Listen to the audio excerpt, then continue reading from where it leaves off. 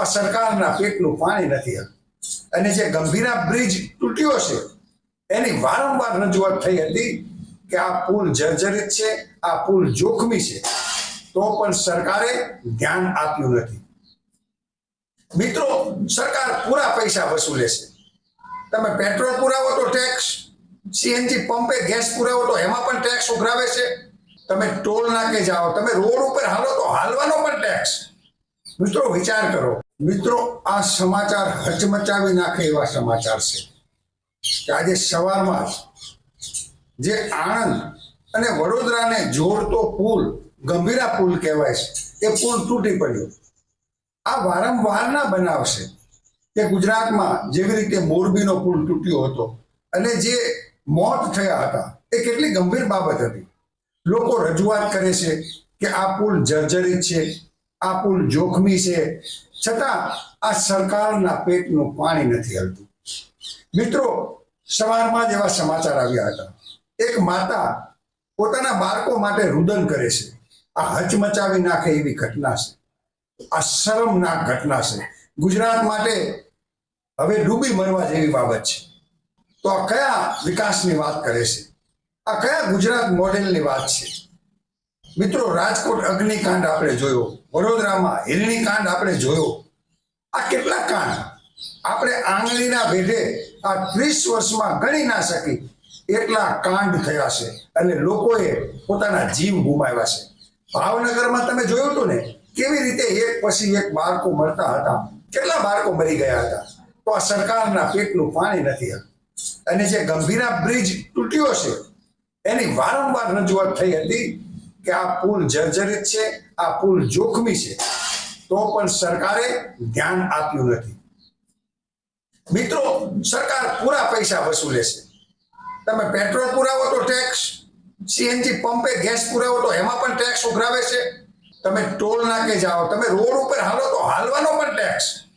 મિત્રો, વિચાર કરો કે હવે નક્કી કરો, જે સરકાર આપણી વાત ન સાંભળતી હોય, આપણા જીવનું રક્ષણ ન કરતી હોય, તો હવે એ સરકારનું આપણે શું કરવું જોઈએ? તો આપણે ગુજરાત સરકારને એ કહેવા માંગીએ છીએ કે તમને લોકોના જીવ કેમ વહાલા નથી? જે સુરક્ષાની વાત કરે છે, જે ગુજરાત મોડેલની વાત કરે છે, જે મેક ઇન ઇન્ડિયાની વાત કરે છે, જે ગ્રીન ઇન્ડિયાની વાત કરે છે, આ સરકારના રાજમાં ગુજરાતમાં વારંવાર બ્રિજ તૂટે છે. અને આજની આ ઘટના એ સમગ્ર ગુજરાતને નહીં પણ માનવ જગતને હચમચાવી નાખે એવી આ ઘટના છે. આ સરકારને હવે આપણે શું કહેવું? હવે તો લોકો પણ મૂંઝાઈ રહ્યા છે કે આપણે સરકારને શું કહેવું. 10 થી 12 લોકોના મોતની ખબર આવી રહી છે અને જેવી રીતે આ સમગ્ર ઘટના ગુજરાતમાં સામે આવી છે, ગુજરાત તો શરમાય છે, પરંતુ સમગ્ર ભારત દેશ દુનિયા સામે નીચું જોવે એવું આ કાંડ છે.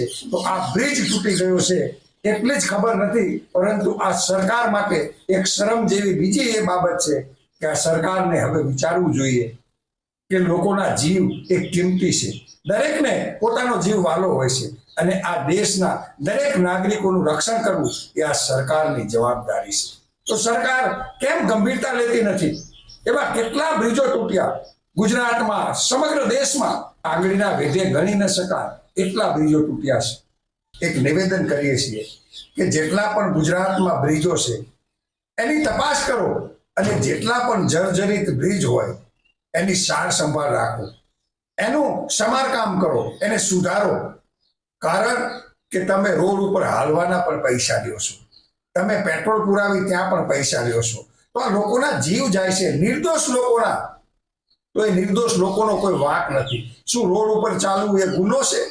મિત્રો, આ સરકાર હવે કોઈનું માનતી નથી, કોઈનું સાંભળતી પણ નથી. વારંવારની રજૂઆત છે આ કે જે આણંદ અને વડોદરાને આ જોડતો બ્રિજ છે એ જર્જરિત છે અને ત્યાં ગંભીર હાલત છે. આ બ્રિજ વહેલા મોડો તૂટી જવાની શક્યતા છે. તો સરકારના પેટનું પાણી ન હલ્યું અને છતાં આખરે આજે સવારમાં 7 વાગ્યાની આસપાસ એ બ્રિજ તૂટી પડ્યો. તો સરકાર કેમ સાંભળતી નથી? સરકાર શું મૂંગી છે, બહેરી છે? જનતાનો અવાજ બનવું પડશે, તો જ આ સરકાર જનતાનો અવાજ સાંભળશે. જય ભારત.